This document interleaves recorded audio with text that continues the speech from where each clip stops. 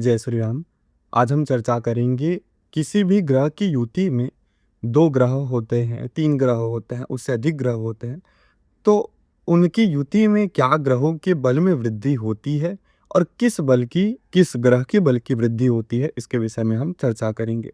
साथ ही साथ हमारे चैनल से जो जुड़े हुए लोग हैं, जो कि धर्म और ज्योतिष दोनों का ही ज्ञान प्राप्त कर रहे हैं, उन सभी का मैं आभार करता हूँ।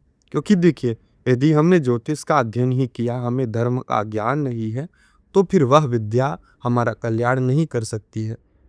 आज भी बड़े सारे ऐसे ज्योतिष हैं जो कि बड़े-बड़े एस्ट्रोलॉजर अपने आप को कहते हैं, होंगे भी, विद्या है, अच्छी बात है। लेकिन बिना धर्म के ज्योतिष जो है, वो अधूरा ही माना जाएगा।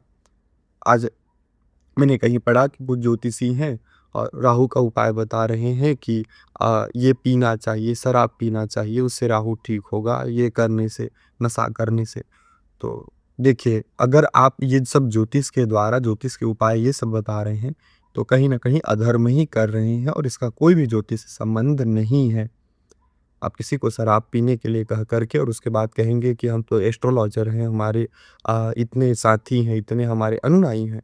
तो ये फिर अधर्म हो जाएगा और इससे किसी का लाभ होने वाला नहीं है।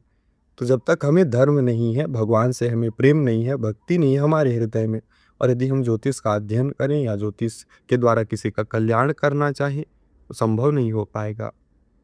ज्योतिषी केवल देख सकता है, बदलने की शक्ति केवल भगवान में ही होती है। भगवान ही केवल किसी का कल्याण कर सकते हैं। तो कुछ भी कह देना, कुछ भी उपाय कह देना और उसे ज्योतिष का नाम दे देना, ये सर्वथा अनुचित बात ही होता है। तो अगर आप धर्म के बारे में जानना चाहते हैं, धर्म के बारे में जानते हैं, आपके ऊपर भगवान की श्रद्धा है, तो आपका जो ज्योतिष है, आपका जो उपाय है, वो भी श्रेष्ठ होगा और लोगों का हित हो करना है आपको, तो हित भी हो जाएगा। आज हम चर्चा करेंगे आज के विषय की, जिसमें किसी भी ग्रह के युति में किस ग्रह के बल की वृद्धि होती है। तो ग्रंथों में कहा गया है कि अगर सूर्य और शनि साथ में है, तो उससे शनि के बलों में वृद्धि हो जाती है। साथ ही साथ अगर शनि और मंगल है, तो शनि से मंगल का बल वृद्धि होता है, मंगल से गुरु का बल वृद्धि होगा और गुरु से चंद्रमा का बल वृद्धि होता है। चंद्रमा से शुक्र का, मान लीजिए चंद्रमा शुक्र है, दृष्टि संबंध है, युति संबंध है, तो चंद्रमा के द्वारा शुक्र का बल और शुक्र के कारकत्व में वृद्धि देखा जाएगा। अगर शुक्र और बुध के संबंध है, युति है, तो शुक्र से बुध के प्रभाव में वृद्धि हो जाएगी।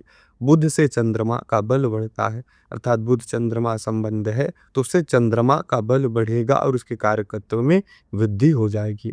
जय श्री